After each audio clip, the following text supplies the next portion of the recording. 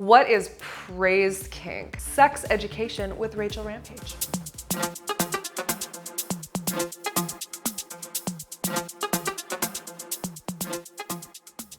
Most people don't expect it, but some of the dirtiest things I've ever said in a scene were actually the sweetest. Oh, you did so good for me. That's my perfect little plaything. Look at you, so desperate to please. Welcome to my channel. I'm Rachel Rampage, Miss Nude World 2025, ED's International Entertainer of the Year, dominatrix, educator, and your favorite filthy mind in latex. And today we're talking about praise kink, also known as affirmation kink. Yes, that's a thing, and it's a real kink. A powerful one. If your entire nervous system lights up when someone tells you they're proud of you, this one's for you. What is praise kink? A praise kink is a type of psychological kink where a submissive becomes aroused mentally, emotionally, and yes, physically by receiving verbal approval, admiration, or encouragement from their dominant. It's about being seen, being valued, and being told you've done well, and getting off on it. Now,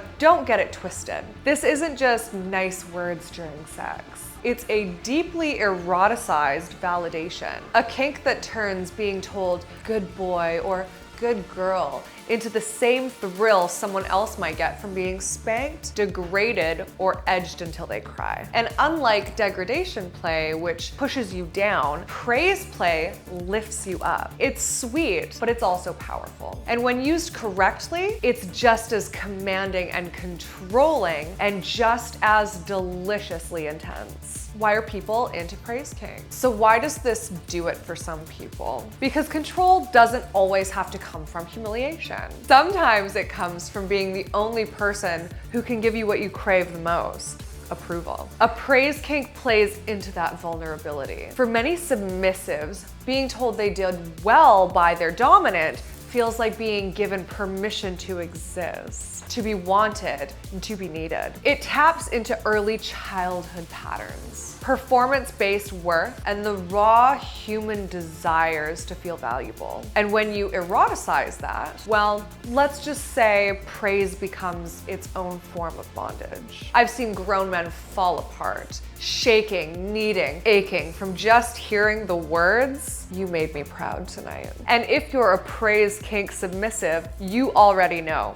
A simple yes, that's it hits harder than a flogger ever could. How to explore praise kink. Now let's talk about safety, because praise play can look soft, but it goes deep. And deep things deserve care. For dominance, if your submissive has a praise kink, that means they rely heavily on your feedback for their self-worth. Don't play with that carelessly. Keep your praise genuine, authentic. Don't use it to manipulate.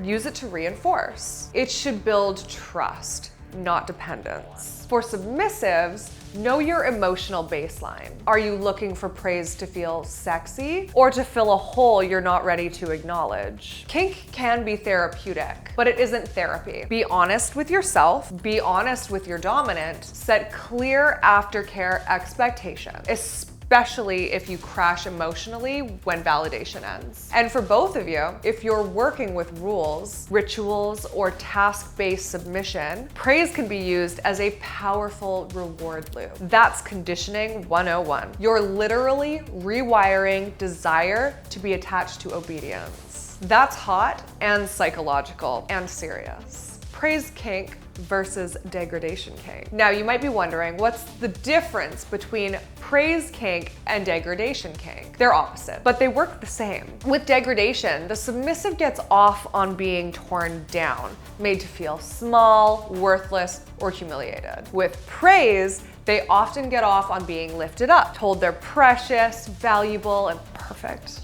But here's the catch. Both involve words being eroticized. Both involve verbal power exchange. And both can trigger deep emotional responses. In fact, many submissives enjoy both, sometimes even in the same scene. That mix of You're such a good little slut can be both praise and degradation, depending on the tone. That's why communication is key. Words carry weight, and if praise is your kink, your dominant needs to know exactly how to hold that power. Ways to explore praise kink. Want to play with praise kink? Here are a few ways to get started. Number 1, verbal reinforcement in scenes. Praise their obedience, their effort, their moans. Be specific and make them crave it. Number 2, rules with rewards. Give your submissive daily tasks. When they complete them, reward them with praise. Add rituals, add titles, and build anticipation. Number 3, written affirmations. Leave sticky notes, write love letters, text